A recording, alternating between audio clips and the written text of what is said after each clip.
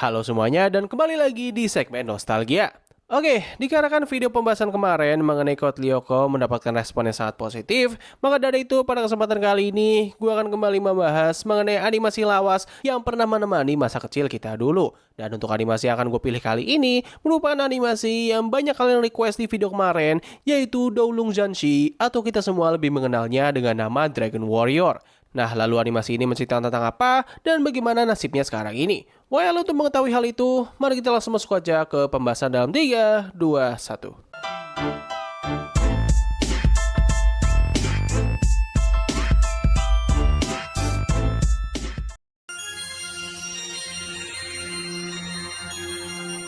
Dragon Warrior atau Doulong Janshi merupakan sebuah serial animasi asal Tiongkok yang diproduksi oleh sebuah studio yang bernama Guangzhou atau Tianjin Bayi Animation dan ditulis oleh seorang penulis literatur sains anak-anak yang bernama Wang Honghong. Serial ini pertama kali tayang pada tanggal 11 Juli tahun 2011 di sebuah saluran televisi yang bernama Beijing Children Channel. Animasi ini mendapatkan respon yang sangat positif hingga membuatnya bisa tayang di berbagai saluran televisi di negara Cina.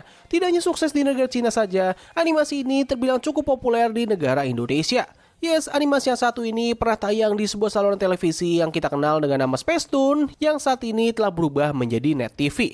Nggak begitu pasti apakah animasi ini juga pernah tayang di berbagai negara Asia Tenggara di luar sana, tapi yang jelas animasi ini terbilang cukup terkenal dan digemari di negara Indonesia. Gue yakin anak-anak generasi tahun 2000-an pasti pernah menonton ataupun setidaknya pernah melihat animasi yang satu ini. Animasi ini pertama kali tayang di Indonesia pada tahun 2012 dan berakhir atau berhenti tayang sekitar tahun 2014 atau 2015. Nah, satu hal yang baru gue ketahui mengenai animasi ini adalah animasi ini ternyata memiliki lebih dari satu season. Berdasarkan informasi yang gue temukan, Dragon Warrior sebenarnya memiliki total 6 season dan satu buah film di mana setiap seasonnya memiliki karakter utama yang berbeda-beda. Gua nggak tahu pasti apakah setiap season ini memiliki koneksi antara satu sama lain, tapi berdasarkan artikel yang gue temukan, ada beberapa season yang menghadirkan satu atau dua karakter yang berasal dari season sebelumnya. Nah, sayangnya hanya itu saja informasi yang bisa gue dapatkan soal animasi ini. Gue nggak bisa mendapatkan informasi soal bagaimana animasi ini bisa dibuat dan apa sumber inspirasi utama dari terciptanya animasi ini. Ini semua bisa terjadi karena ya ini animasi sendiri dibuat oleh negara Cina dan mayoritas animasi yang dibuat oleh negara tersebut itu pasti memiliki informasi yang sangat minim terutama dari segi backgroundnya. Satu-satunya hal yang bisa gua ketahui adalah animasi ini sempat populer di masa awal perilisannya hingga memiliki berbagai macam merchandise terutama action figure. Nah, meskipun demikian, kita semua pasti bisa merasakan kalau animasi ini mengambil banyak inspirasi dari berbagai anime yang cukup terkenal pada era itu. Beberapa inspirasi yang bisa terpikirkan oleh gua adalah anime Digimon dan juga Pokemon yang menjadi inspirasi dari konsep evolusi naga di animasi tersebut. Tidak hanya itu saja, gue pernah menemukan sebuah komentar di forum diskusi mengenai animasi ini di mana ada salah satu komentar yang menyatakan kalau jalan cerita atau petualangan yang ada di season pertama itu terbilang cukup mirip seperti anime Senseiya. Dikarenakan gue nggak begitu tahu dan belum pernah menonton anime tersebut, gue jadinya nggak bisa memastikan apakah pernyataan itu benar atau tidak. Nah, setelah melihat background dari animasi ini, lalu bagaimanakah animasi ini bisa tamat dan bagaimanakah nasibnya saat ini? Well, sebelum masuk ke sana, biarkan gue terlebih dahulu melihat isi cerita dari animasi ini.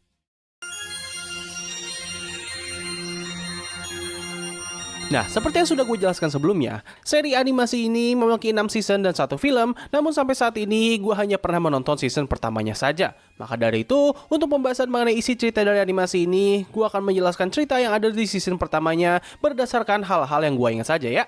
Nah, jadi sebelum kisah utama dimulai, diceritakan kalau dulunya planet bumi dihantam oleh sebuah meteor dari luar angkasa, yang mana meteor tersebut menciptakan sebuah dunia yang bernama dunia naga tempur. Dunia ini diisi oleh para naga yang memiliki bentuk berupa seekor dinosaurus dengan tubuh seperti baju tempur ala mecha ataupun robot. Dunia tersebut dipimpin oleh 4 raja naga atau lebih dikenal sebagai 4 naga suci, di mana keempat naga ini memimpin setiap dunia naga yang terbagi menjadi 4. Pertama, ada dunia matahari yang dipimpin oleh seekor naga yang bernama Tongri, lalu ada bumi yang dipimpin oleh naga yang bernama Wangsen, lalu ada dunia lautan yang dipimpin oleh seekor naga yang bernama Lauha, dan yang terakhir adalah dunia langit yang dipimpin oleh naga yang bernama Tiangxiang. Nah, di antara dunia tersebut muncul satu sosok yang disebut sebagai naga hitam atau naga jahat yang memiliki elemen kegelapan. Sesuai dengan namanya, naga yang satu ini memiliki niat jahat dan keempat raja naga harus bisa mengalahkan sosok tersebut. Entah dikarenakan naga hitam ini terbilang sangat kuat atau gimana, tapi yang jelas keempat Raja Naga ini harus mengorbankan diri mereka untuk bisa menyegel sang naga hitam di sebuah tempat yang bernama Pagoda Bintang. Pasca peperangan tersebut, dunia pun sempat kembali damai, di mana dunia naga tempur dan dunia manusia hidup secara berdampingan. Buat yang bertanya bagaimana kedua dunia ini bisa saling eksis, well jujur aja, gue pribadi nggak tahu persis mengenai gambaran dari semua ini, tapi yang jelas dunia naga tempur ini eksis di semacam dunia lain yang bisa diakses lewat semacam video game. Nah, tapi sayangnya kedamaian ini tidak bertahan lama karena sang naga hitam mulai melepaskan diri dari segelnya dan ia juga memerintahkan para pengikutnya untuk menyebarkan kekacauan demi bisa melancarkan tujuan utamanya. Nah, setelah penjelasan lore barusan, sekarang kita masuk ke cerita utama dari animasi ini. Nah, jadi semua ini bermula dari seorang bocah yang bernama Shouta yang mencoba untuk mencari keberadaan dari telur naga ajaib. Ketika ia berhasil menemukan telur tersebut, ia pun segera membawanya pulang dan menunjukkan kepada dua temannya, yaitu Tianlo dan juga Meihan. Di keesokan harinya, ketiga telur tersebut menetas dan menunjukkan sosok naga kecil yang telah memiliki nama dan sekaligus kesadaran kalau mereka semua telah ditakdirkan akan bertemu. Ketiga naga ini adalah Taliku yang merupakan pasangannya Tianlo, Kafu yang merupakan pasangannya Meihan, dan Mulato yang merupakan pasangannya Shouta. Dari kejadian itu, ketiga bocah tersebut akan masuk ke dalam dunia naga tempur di mana mereka akan menjalani sebuah petualangan yang mengantarkan mereka ke sebuah takdir untuk bisa menyelamatkan dunia naga dan sekaligus dunia manusia. Nah, di sepanjang perjalanan, mereka nantinya akan berpapasan dengan dua orang bersaudara yang bernama Yang Li dan juga Yang Kun. Untuk Yang Li sendiri, ia memiliki seekor naga pasangan yang bernama Dainase, di mana pada awal kemunculannya, Yang Li ini bakal menjadi sosok yang sangat sombong karena ia merasa sangat superior dan ingin bisa menjadi raja dari para prajurit naga tempur. Nah, tapi seiring berjalannya waktu, ia pun akan bergabung ke dalam grup tersebut dan menjadi grup utama dalam melawan sang naga hitam. Nah, sedangkan untuk kakaknya, yaitu Yang Kun, dia ini bisa dibilang merupakan keterbalikan dari Yang Ling. Sosoknya cukup bijak dan juga kalem, serta ia merupakan sosok yang telah membawa ketiga bocah utama kita ke dalam dunia naga tempur. Ia bersama dengan naga pasangannya, yaitu Kyuubi, akan selalu mengawasi dan sekaligus membantu perjalanan awal dari ketiga bocah utama kita dan sekaligus adiknya. Oh ya, perlu diketahui juga bahwa Yang Kun ini merupakan satu-satunya anak yang tidak masuk ke dalam dunia naga tempur karena ia merupakan anak disabilitas yang harus menggunakan kursi roda. Nah, untuk jalan ceritanya sendiri, gue pribadi nggak begitu ingat dengan keseluruhan ceritanya, tapi satu-satunya hal yang gue ingat adalah mereka ini diperintahkan untuk mencari keempat senjata suci atau 4 pusaka dewa yang merupakan peninggalan dari keempat Raja Naga untuk bisa menghadapi sang naga hitam.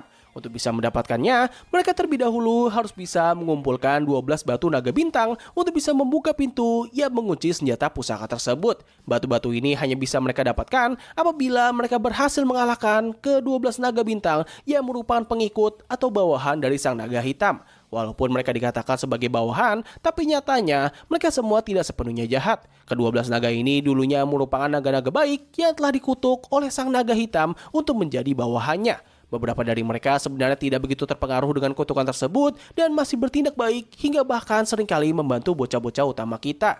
Selain dari ke-12 naga bintang, ada juga seorang prajurit naga tempur yang bernama Ziwan dengan naga pasangannya yang bernama Mila. Bocah ini berada di pihak naga hitam dan memiliki posisi yang cukup tinggi. Bahkan saking tingginya, para bawahannya yang lain seperti ke-12 naga bintang itu sangat patuh dan takut kepadanya.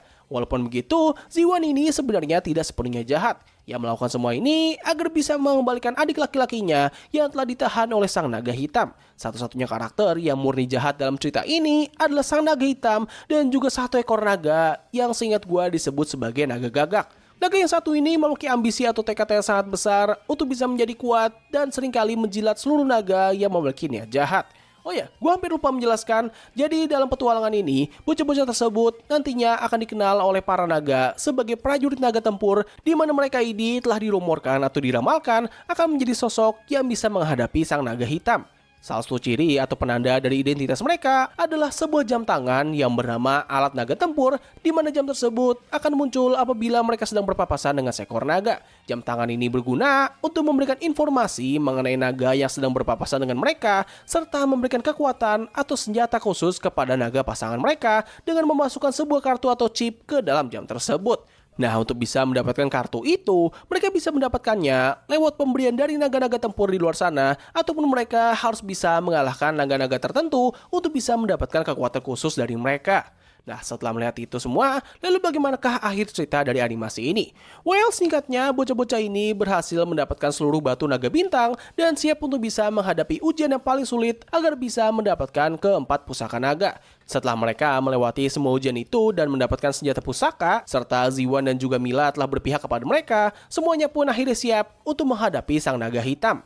Nah, walaupun mereka saat ini telah memiliki persenjataan yang sangat lengkap, namun sayangnya kekuatan mereka masih belum cukup untuk bisa mengalahkan musuh terakhir mereka. Tapi untungnya, mereka mendapatkan bantuan dari ke-12 naga bintang yang muncul untuk mengikat sang naga hitam. Pada akhirnya, sang naga jahat tersebut berhasil dikalahkan dan ia kembali disegel ke dalam pagoda bintang. Setelah semua beres, anak-anak tersebut harus berpisah dengan naga pasangan mereka walaupun perpisahan ini tidak bersifat permanen. Mereka masih bisa mengirim pesan dan saling memberikan hadiah untuk satu sama lain. Pasca kejadian itu, para naga kini hidup dengan tenang, sementara anak-anak tersebut kini mempelajari banyak hal baru dan mencoba untuk menjadi individu yang lebih baik. Walaupun demikian, kejahatan tidak sepenuhnya hilang karena pada akhir cerita kita diperlihatkan kalau sang naga hitam kini mulai mencoba untuk bangkit kembali. Nah, jadi begitulah seluruh cerita yang gue ingat dari animasi Dragon Warrior yang pertama. Kalau ditanya gimana pendapat gue soal animasi ini, well jujur aja ini merupakan salah satu animasi favorit gue ketika masih kecil. Ini merupakan salah satu animasi yang selalu gue ikuti hingga bahkan gue telah menonton animasi ini hingga episode yang terakhir. Salah satu daya tarik utama yang membuat gue jatuh cinta terhadap animasi ini adalah dari desain para naganya. Desain naga dari animasi ini bener-bener keren banget walaupun terlihat cukup simpel. Desain yang seperti ini berhasil membuat gue selalu merasa betah ketika menonton hingga bahkan gue selalu berangan-angan untuk bisa memiliki mainan action figure dari para naga tersebut. Kalau ditanya manakah desain naga yang paling bagus, well buat gue pribadi, semua desain dari ke-12 naga bintang itu bener-bener keren dan ikonik banget. Nah, lalu bagaimanakah tanggapan gue ketika menonton kembali animasi ini ketika sudah dewasa? Well, tentu rasanya sangat berbeda karena ada banyak sekali hal yang baru gue sadari ketika menonton kartun ini kembali. Tentu salah satu hal yang paling mencolok adalah dari kualitas animasinya. Kita semua pasti bisa setuju bahwa kualitas animasi dari kartun ini sangatlah tidak bagus. Pergerakannya sangat kaku dan terlihat ketinggalan zaman. Tidak hanya itu saja, kualitas dubbing dari animasi ini juga terbilang sangat tidak bagus, di mana ada banyak sekali dialog yang nggak sinkron dengan adegan yang sedang berjalan, ataupun ada beberapa adegan yang kehilangan efek suaranya. Selain itu, cerita dari animasi ini juga bisa dikatakan cukup generik, walaupun masih cukup enjoy untuk diikuti. Ya, tipikal animasi tahun 2000-an lah, yang masih mengandalkan tema pertemanan dan juga persahabatan yang nggak begitu kompleks. Walaupun begitu, ada dua hal yang masih sangat gue suka ketika menonton animasi ini kembali, yaitu dari desain para naganya dan juga lagu intro dan juga outro. Gue yakin kalian semua yang pernah menonton animasi ini pasti bisa setuju bahwa kedua lagu tersebut benar-benar ikonik dan sangat memorable. Lagu intro atau opening dari animasi ini memiliki vibe yang bisa membangkitkan semangat kita, sedangkan lagu outro atau endingnya itu memiliki nuansa yang sangat kalem, yang mana ini seperti membuat kita merasa lebih tenang setelah melihat berbagai konflik yang menegangkan di dalam animasi ini. Meskipun lagu intro dari animasi ini sangat enak, namun satu hal yang perlu gue akui adalah adegan intro dari animasi ini sangatlah buruk karena mereka menampilkan banyak sekali adegan yang menampilkan cerita panjang dari animasi ini, yang mana ini memberikan spoiler bagi kita para penonton.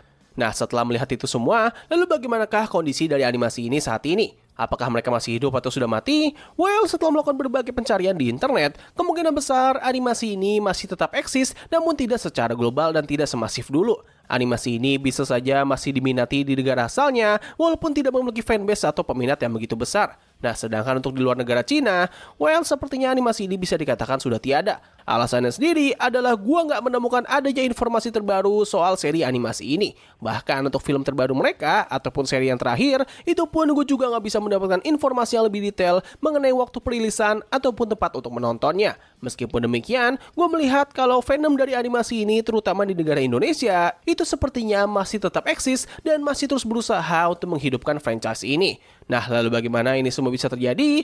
Well, tentu faktor utama yang melatar belakangi semua ini adalah karena animasi ini sangat sulit untuk bisa ditemukan. Kita mungkin masih bisa menemukan dan sekaligus menonton seri pertamanya di YouTube, tapi untuk seri-seri seterusnya, terutama seri keempat hingga keenam, well, bisa dipastikan kalian bakal sangat kesulitan untuk bisa menemukannya. Mayoritas orang yang masih menyukai animasi ini merupakan penonton-penonton lama yang tumbuh dari seri pertama dan juga keduanya. Bahkan dari yang gue bisa lihat, mereka sendiri kesulitan dalam mencari ataupun mengakses seri terbaru dari franchise ini. Nah, selain faktor barusan, hal lain yang sepertinya menjadi kontribusi atas tidak populernya animasi ini adalah karena seri-seri terbarunya mengalami banyak penurunan. Visual, animasi, dan grafiknya memang sudah diperbagus, namun entah kenapa mereka seperti kehilangan sentuhan dari animasi originalnya. Penggambaran karakternya dianggap sangat datar, dan desain para naga di seri-seri terbaru itu dianggap kurang menarik dan tidak se-ikonik versi pertamanya. Bahkan ada juga yang menyebutkan kalau desain para naga di versi terbaru itu sudah sangat melenceng. Dari yang dulunya terinspirasi dari dinosaurus dan rasi bintang, kini mereka mencoba untuk mencampurkannya dengan hal-hal yang berbau modern seperti kendaraan dan sebagainya. Tapi ya itu semua hanya kesaksian yang gue temukan di internet saja ya. Bila kalian merupakan fans berat dari animasi ini dan kalian bisa memberikan gambaran yang lebih jelas mengenai kondisi dari franchise yang satu ini, kalian bisa tulis saja di kolom komentar di bawah. Nah, jadi begitulah yang bisa gue bahas pada video kali ini. Tulis pendapat kalian mengenai animasi yang sedang gue bahas kali ini di kolom komentar di bawah. Apakah kalian memiliki kenangan yang indah dengan kartun ini atau tidak? Tulis pendapat kalian. Jadi terima kasih atas waktu yang telah kalian luangkan untuk menonton video gue. Gue undur diri, sampai ketemu lagi di video selanjutnya. Bye!